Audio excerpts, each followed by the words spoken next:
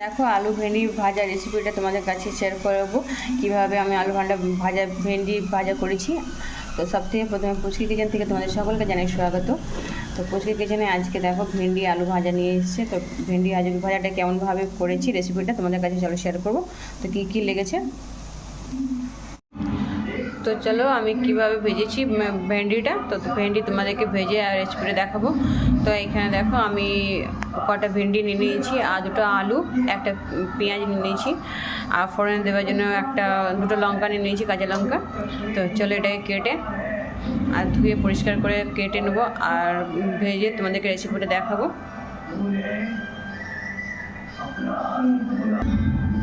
তো ফাইনালি দেখো আমার কাটা হয়ে গেল।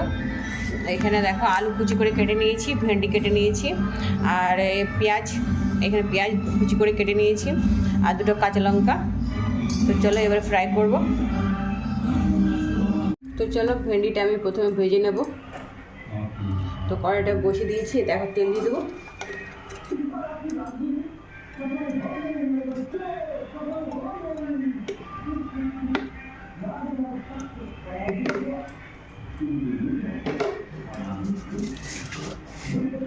একটু পাঁচফোড়ন দিয়ে দেবো।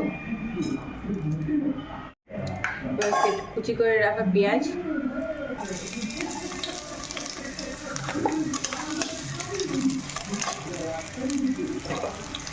একটু নুন দিয়ে দেবো।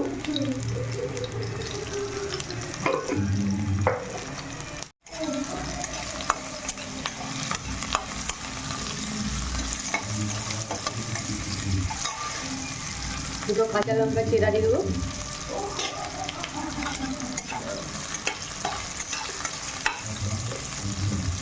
একটু নরম হওয়া পর্যন্ত পেঁয়াজটাকে ভেজে নেবো। দেখো পেঁয়াজটা অনেকটা নরম হয়ে এসছে, পেঁয়াজটা অনেকটা নরম হয়ে এসছে। এবার আমি কেটে রাখা ভেন্ডি আর আলু কুচি করে রাখা দিয়ে দেবো।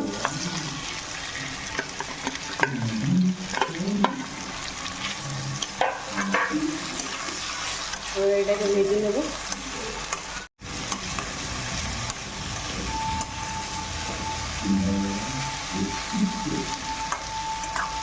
ঢাকা দিয়ে ভেজে নেব।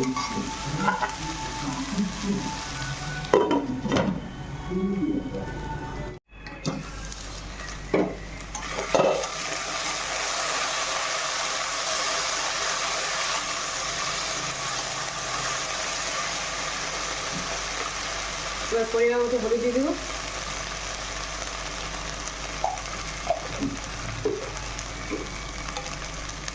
স্বাদ অনুসার নুন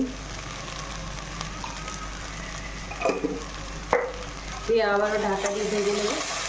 এটা মিক্স করে নিই প্রথমে।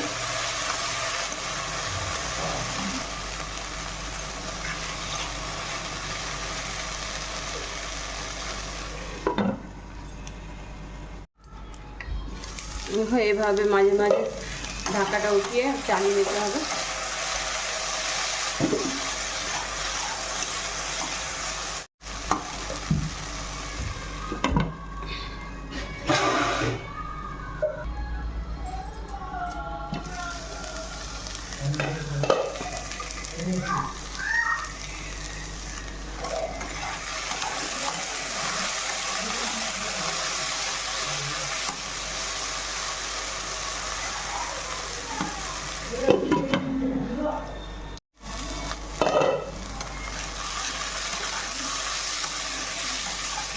দেখো প্রায় আলু ভেন্ডি ভাজা হয়ে এসছে।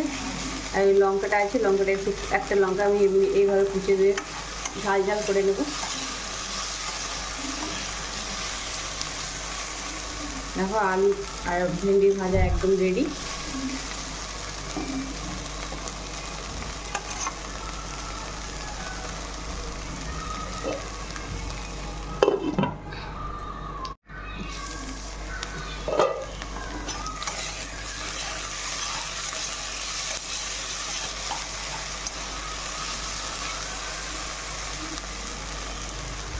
এবার নামিয়ে নেব।